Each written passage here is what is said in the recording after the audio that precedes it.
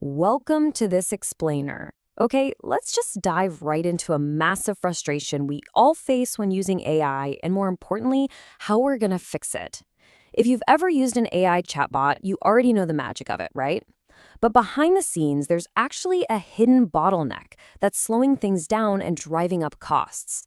So today, we're talking about a feature called prompt caching that absolutely changes everything. And hey, don't worry if you're not a programmer. We are focusing on making this so incredibly simple that absolutely anyone can understand it. To start off, let's look at the core problem here. Imagine you ask a chef to add a pinch of salt to a soup, but because of how their brain works, they have to start making the soup entirely from scratch every single time you ask them a follow-up question. Or think about it like this. What if you had to reread the entire English dictionary every single time someone asked you to define just one word? I mean, that sounds totally exhausting, right? Well, traditionally, that is exactly how AI models work. They essentially have amnesia. Every time you send a new message in a chat, the AI literally has to reread the entire conversation history from top to bottom before it can answer your new question. When you feed an AI a massive document, like a whole book or a huge list of instructions, without caching, it rereads that entire giant document for every single follow-up question you ask. It's starting from absolute zero every single time. But when you introduce caching into the mix, the AI suddenly gets a memory.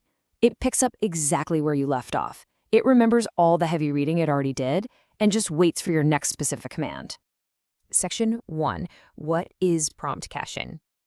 Here is your really simple definition. Instead of using complex developer jargon, I just want you to think of prompt caching as giving the AI a short-term memory bank. Or, it's kind of like slipping a clever bookmark into a really, really long book. It's simply a feature that lets the AI safely store the massive chunks of text you've already given it, so it can just skip rereading them on the next turn. It completely bypasses that whole amnesia problem we just talked about. So behind the scenes, it's really just 3 simple steps. Step 1, when you ask a question, the AI first checks its new memory bank. It asks itself, hey, have I seen the beginning of this conversation recently? Step 2, if it has, it completely ignores the old stuff and only reads your brand new instruction. And then step 3, it generates your answer. By skipping the huge stack of old reading material, the AI gets to the finish line incredibly fast. Moving on, Section 2. 2 ways to remember. You essentially have 2 options for how this memory works.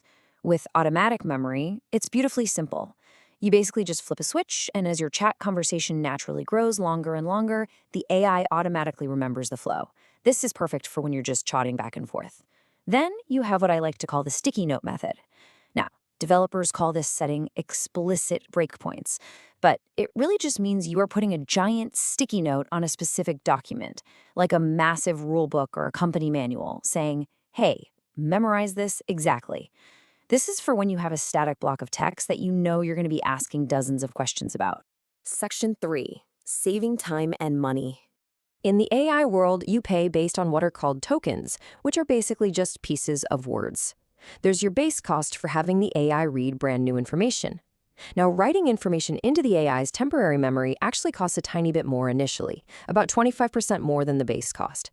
But once that information is safely stored in the cache, reading from that memory drops your cost by a massive 90%. You pay a tiny premium up front to save an absolute fortune on every single question you ask after that. So the crucial takeaway here is this simple rule of 3. Faster, cheaper, smarter. First, your responses generate much faster because the AI is reading a fraction of the text. Second, your token costs plummet by up to 90% for that cached text.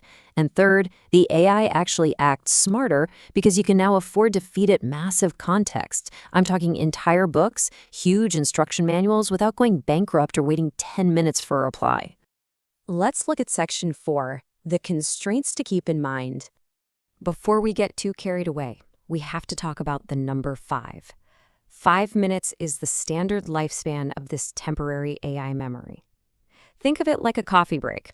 If you give the AI a giant document and then you step away from your keyboard and don't ask a follow-up question within 5 minutes, the AI clears its head. It tosses out the memory just to make room for other users. But there's a really important nuance here. You have the 5-minute freebie. Every single time you interact with the AI, that 5-minute timer resets completely for free. So as long as you're actively chatting, the memory stays alive effortlessly. But let's say you need the AI to wait around longer. Maybe you're running a complex background task that takes a while to process. You can upgrade to a 1-hour memory block. The catch? It costs twice the base price to hold that memory for an hour. So you really only want to use that upgrade when you absolutely need the AI to sit and wait for you. There's one more constraint to keep in mind. The AI is not going to waste its effort memorizing tiny sticky notes. If you just ask it to remember a single sentence, it won't bother creating a cache. Your prompt has to hit a minimum length, usually around 1024 tokens, which is roughly a few pages of text, depending on the model, for the caching system to actually kick in. Basically, it's designed for heavy lifting, not light reading. Section 5. When to use caching. Whether you're a developer or literally just an everyday user, caching is your best friend in a lot of scenarios. You can feed the AI an entire code base so it can help you program without forgetting your code. You can upload a massive podcast transcript or a full research paper and just grill it with dozens of questions. It's absolutely perfect for marathon chat conversations or when you want to give the AI incredibly detailed instruction sets with 20 or more examples of how you want it to behave. By using the cache, the AI holds all of that heavy context effortlessly, and more importantly, cheaply. This really opens up a whole new world of possibilities. So I want to leave you with this final thought to explore. Now that you know how to give AI a cheap, temporary supermemory, what are you going to build with it? If you can feed it whole books for literal pennies, what massive problem will you ask it to solve next? Thanks for joining me on this explainer, and I seriously can't wait to see how you use this incredible tool.